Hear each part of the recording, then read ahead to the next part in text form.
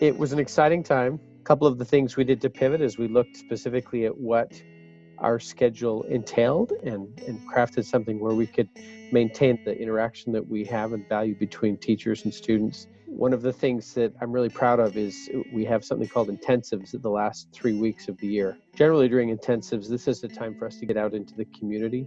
And we realized that about a third of those courses would not work as designed. So we sent out to the faculty and said, how can we identify the key skills that we need students to have and still replicate a good experience for them?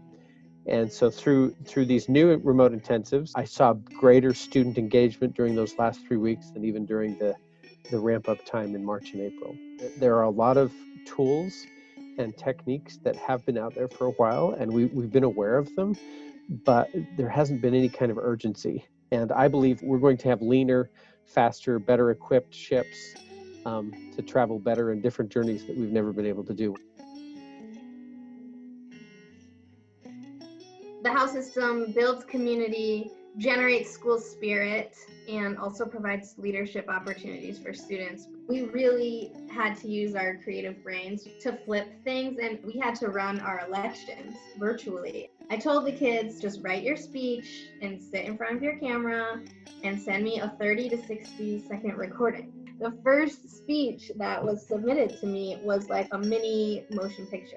The kids said to me, we don't want to give speeches ever again because this is a better showcase of who we are and what skills we have to do the job as a house leader.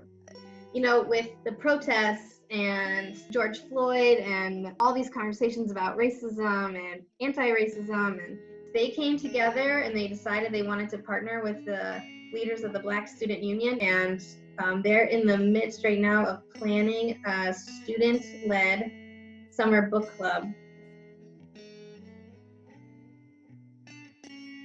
Whether it's in remote learning or in the classroom, I think Hawken is blessed with incredible teachers. I think that was, again, reinforced in people willing to do whatever needed to be done in this moment to make it a positive experience for our kids and to look out for them. It's a great group of people who are willing to, I think, give of themselves for what's best for students. The student life part of it, I think the role has really been to think carefully about how to knit the community together, even while it's been remote. From the dean side of it, I think the silver lining was focusing much more on the social emotional health of the kids. This gave us, I think, the impetus to really focus on it in a way that was meaningful to students and parents. This is the first time, at least in my career, and probably for most of our lives, that everyone is experiencing the same situation at the same time, which is really unique as a psychologist. Obviously we work with anxiety or depression or adjustment-related stressors, but those tend to be ones that are more individualized. And this is pretty unique in that everyone's going through the same transition. I think going remote caused us to really think of whole school approaches as opposed to just the individual student pieces. The fact that it was a crisis for everybody pushed us into action of sending both our ponderings and the Poochie's pointers out to the whole school along with tons of resources with the idea that anybody could use them when they needed to.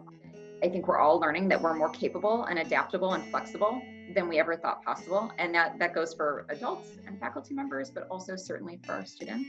So I think the resiliency of everyone in our community has really been unique, and I'm really proud of that.